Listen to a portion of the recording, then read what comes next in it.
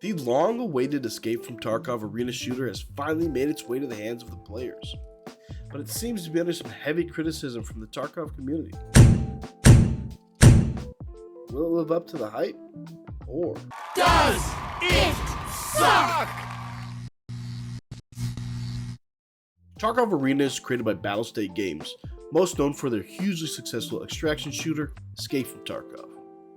Arena was released in a beta December 2023 and is the newest product in the world of Escape from Tarkov. It aims to strip away all of the waiting of Tarkov and jam you right in the middle of a firefight with you and 4 friends. The gameplay of EFT Arena is a mix of slow, realistic combat of Tarkov in the fast-paced arena shooter setting. And while that combination sounds great, what could be better than just jumping into the combat of Tarkov with no risk or setup time, the implementation of it seems half-baked at best. It feels like a lift and shift from Tarkov to, Tarkov with smaller maps, and fails to give any real arena shooter vibes. The gunplay is good, but honestly very hard to mess up. Every other system just doesn't feel good or balanced in an arena setting. For instance, meds outside of bandages or painkillers take too long to deploy, and you usually have no distance between you and the enemy team. With the smaller maps of Tarkov Arena, you also don't get to pick your engagements. It's typically a rush to a known path, hold an angle, and shoot the first thing that moves, which for me is a huge departure from the high mobility team deathmatch arena shooters are known for, and would be much better suited for a bomb defusal mode. Their team system is also just absolutely obnoxious. You are either red or blue, and it's random every match.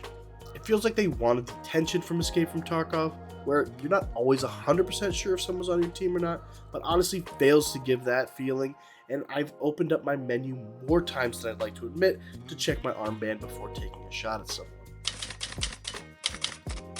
There are currently 2 game modes you can play, with 2 more not implemented yet, and they're only under their ranked versions.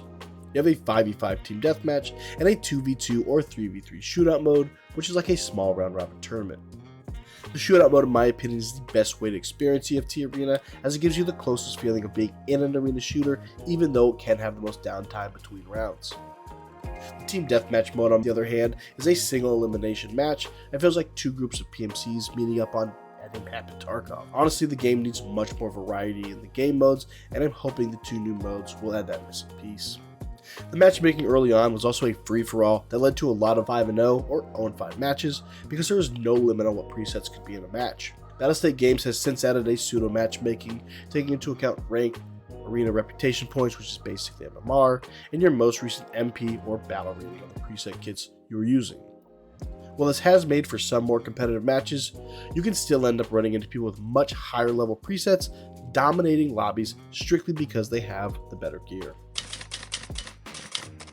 I think by far the biggest miss in Arena is the presets. Instead of building your kit and taking it into Arena similar to how you do in Tarkov, there are instead preset kits within a class tree.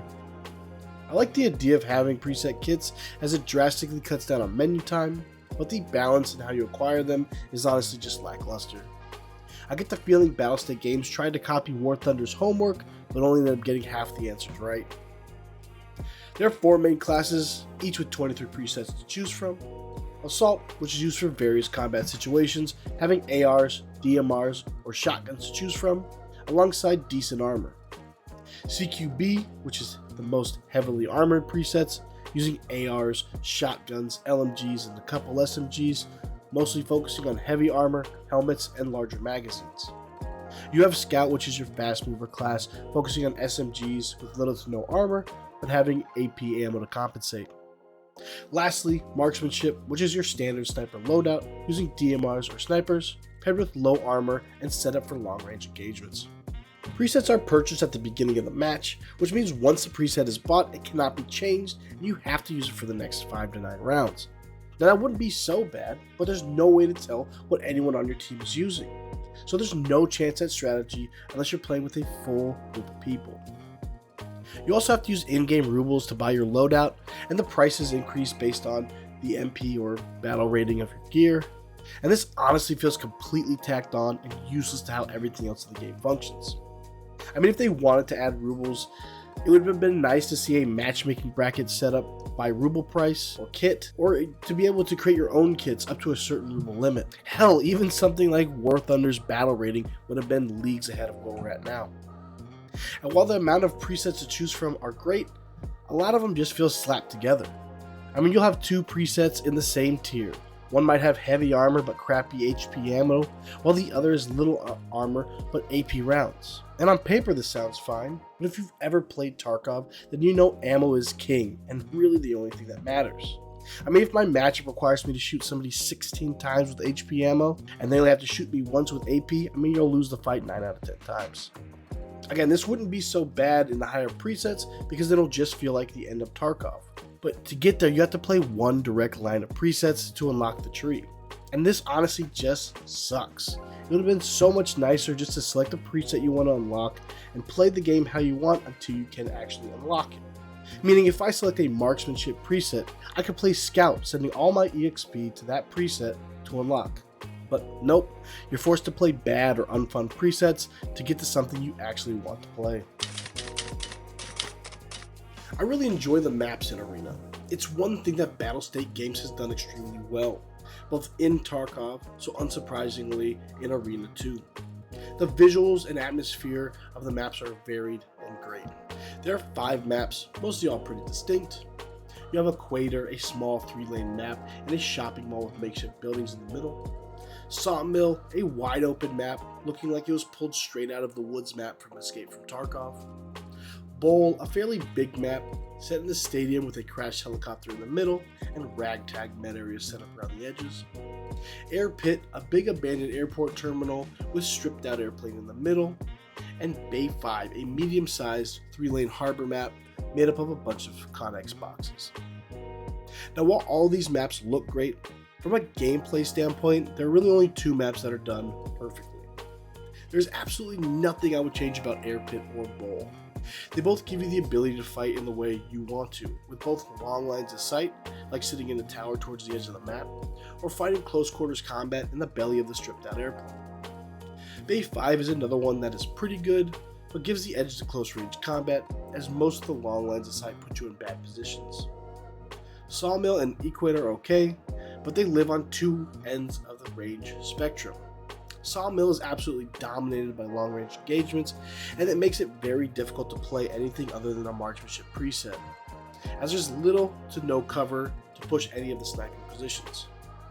While Equator, on the other hand, feels like something straight out of Call of Duty, where bringing any rifle feels like a death sentence, and you're much better off running around as a scout class with an SMG.